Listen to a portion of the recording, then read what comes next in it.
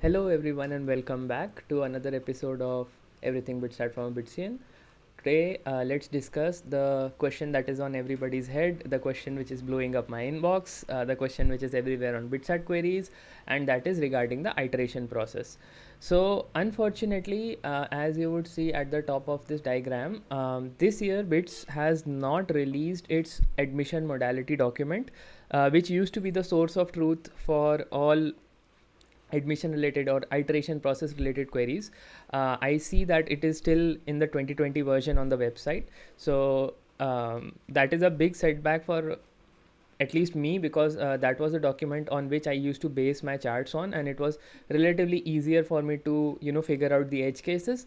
But this time that document is not released, and all we have is the important dates page on the website, which mentions the various iteration details, and also the PDF that is given to the people who are either waitlisted or who have got an allotment in the first iteration. So that is all the information that I'm going off of. I would strongly recommend to go through those resources yourself, because again, this is just my personal effort. I do not have any verification process with the authorities or anything like that. It's just me. It's just me working on this. So there is a huge chance of error somewhere. It's a best effort basis. Like, I have tried my best to keep it as accurate as possible, but of course there can be issues. So with that said, let's get started. This looks intimidating, I'm sure, but let's try to make sense of this. So we start at the big red arrow, as is usual, and we see that uh, like all this has happened basically. So the applications have closed and the first iteration has happened. So this is where we are right now. Now you have two choices: if you want to continue or if you do not want to continue. Now, if you do not want to continue, you don't need to do anything else. You can just start looking for your other non-bits options, and all the best to you. But if you want something, and if you want to continue in the process, then the question is whether have you got a branch allocated, or have you been waitlisted, or have you had neither of those. So now, if you have got something, if you have got nothing basically, then the website, you would have seen on the website that it specifies for you to check back on the 25th for any changes in status. I'm guessing this is because of the way the different counselings are happening. Bits, I think, has kind of a hunch that 25th October, by 25th October some changes might happen. So do stay tuned. Now comes for those who got an allotment. We'll come to the wait list later, but let's see for people who got an allotment. Now, if you got an allotment, you have to pay both the admission fee and the first semester fee if you want to stay in the process. Now, this is irrespective of the fact whether you like the branch which you have gotten or not, right? So, if you want to stay in the process, you have to pay both the admission fee and the first semester fee if you have got an allotment and if you want to stay in the process. Now you have one option, which is, do you want to freeze this allotment? Now if you choose to freeze this allotment, then this will be your final allotment. You cannot change it. No matter how much you try, the institute will not listen to you. This is a very final step, so think 10 times before you choose this option. If your preference list was made as per your preference only, and if it reflects your preference, you made it carefully, then ideally you should never need to exercise the freeze option. That is my opinion. Now suppose you chose to not freeze. If for the freezing case, you can look at the chart here. Probably I won't be able to go into it because there are many cases, but if you choose to not freeze, then you will go for the second iteration, and after the second iteration, you see you might be given a chance to freeze. So the dotted lines here in this diagram mean that I'm not sure about that part. So last year in the admission modality document, it was clearly written that at the time of paying the fee, you will get the choice to freeze the campus.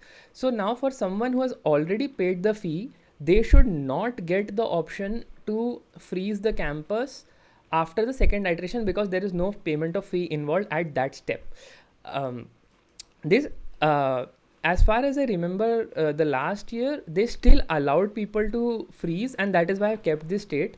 And it makes sense to me, but of course, it's a missing point in the data, so don't take it too seriously. That's what the dotted lines tell you. So you might choose to freeze it, or you might still not choose to freeze it if you have the option. Otherwise, you can just imagine it to be like straight away going to the third iteration. Now, at the third iteration, what I'll be focusing on here is what are the available actions for each step in the process. So for example, after the first iteration, you indicate your interest by either paying the fee or not paying the fee, right? So if you want to go ahead, you pay the fee. If you don't want to go ahead, you don't pay the fee. So after second iteration, if you have already gotten the allotment and everything and you have paid the fee, then there are no action items for you except probably the freezing. Now at the third iteration, again you have the choice to continue or not continue, and this is as per the important dates page that you have. There will be an online window on 14 to 16 September, and you can opt out during that time. Now if you that is if you don't want to continue. Now if you want to continue, I think you will again have the option to freeze, and if you don't freeze, then you'll go for the fourth iteration. After the fourth iteration, what are the options? So again you will have an option to drop out after the fourth iteration, and that is by not completing the formalities of like document verification and all that, which will happen on the 29th of September as per the current version of the important dates on bitsadmission.com. So that is the way you can choose to opt out of the process. After this, you will have to it seems from the important dates part that, and the allotment PDF, that you will need to have apply for refund between the 15th and 20th of October. This may or may not apply for people who did opt out on the 14 to 16 window. That is why there's a dotted line. So make sure that you follow all the instructions at every step. So this is how I see the refund process. So after 29th, if you don't complete the formalities, you will be considered out of the process, and you can apply for refund during this 15 to 20th October window. Apart from that, let's say you did not drop out after the fourth iteration, then again the choice to freeze or not freeze, and then you'll go for the fifth iteration. Again, the choice to freeze or not freeze. Then sixth iteration. After the sixth iteration, again you will have the choice to drop out. So far, if you have noticed, after the second iteration and after the fourth and fifth iteration, I do not after the fifth iteration. So after the second and after the fifth iteration, I do not see a way to drop out of the process. Maybe you'll have to wait for the next iteration. So for example, for the second iteration, if you want to drop out after it, probably you will still have to participate in the third. And similarly, if you want to drop out after the fifth iteration, probably you still have to participate in the sixth, and then you will have the choice to continue or not. So after, if you want to drop out after the sixth iteration, then you can again apply for the refund within the same dates. And then if you don't want to opt out, then you will go then you will see that again you will have the choice to freeze or not. Again, I expect it to be, I'm not sure about that. And then 21st October will kick in. 21st October is important because it marks the end of this window, right? It does not mean that you will not get your refund or anything. So now after 21st October, again you will have the option to continue or not. The steps are not very clear on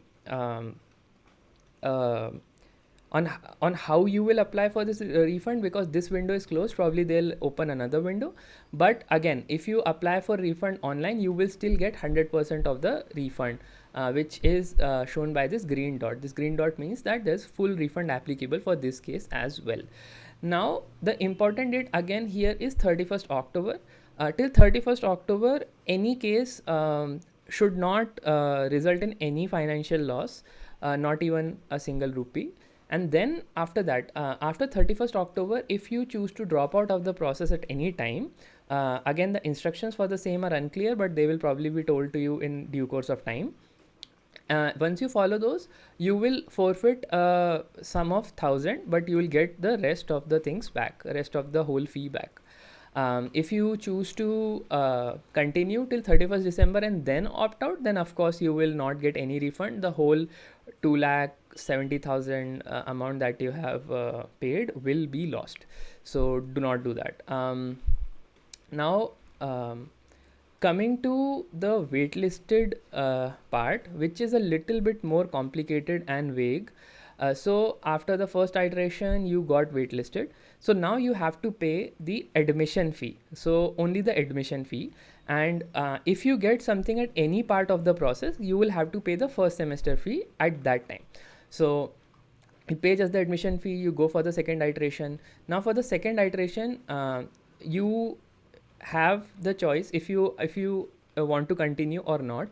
Now if you want to continue, of course it depends on whether you got something or not. So if you got something, for sure pay the first sem fee.